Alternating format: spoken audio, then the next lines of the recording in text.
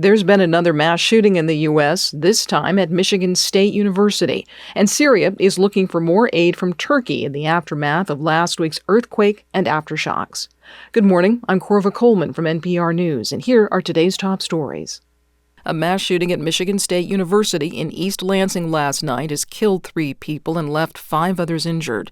From member station WDET, Alex McLennan reports the wounded are critically injured. MSU campus police began receiving reports of a mass shooting a little after 8:15 p.m. on Monday.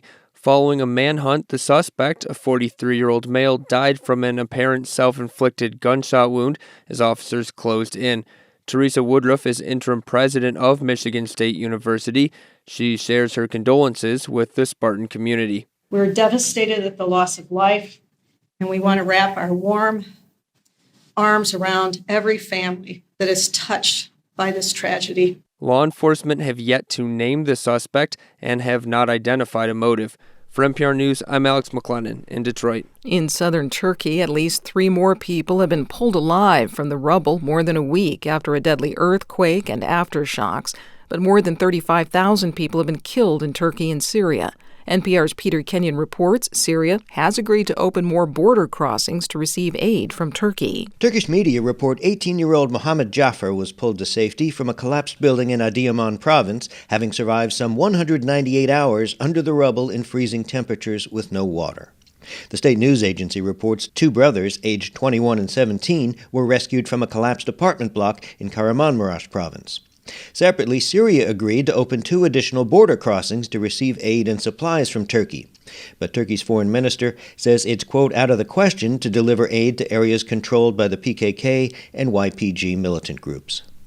Peter Kenyon, NPR News, Istanbul. The Senate will get a closed-door classified briefing today about the 3 unidentified objects shot down by U.S. forces over the U.S. and Canada. Pentagon officials will likely also discuss information gleaned from a Chinese spy balloon shot down earlier this month off the coast of South Carolina.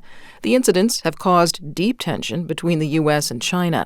Secretary of State Antony Blinken postponed a trip to Beijing over the matter. He says he looks forward to making that visit when the time is right. In the context of the surveillance balloon, those weren't the right conditions to go forward with the trip. So when we get those conditions, when China demonstrates that it wants to engage in a responsible manner, then I hope we'll have an opportunity to pursue it. He spoke to NPR's Morning Edition. Weather forecasters say that a winter storm is hitting the Central Plains and moving east. There are blizzard warnings now posted in North and South Dakota and in Minnesota. A second winter storm is forming in the Southwest. It will move into the plains by tomorrow. You're listening to NPR News from Washington.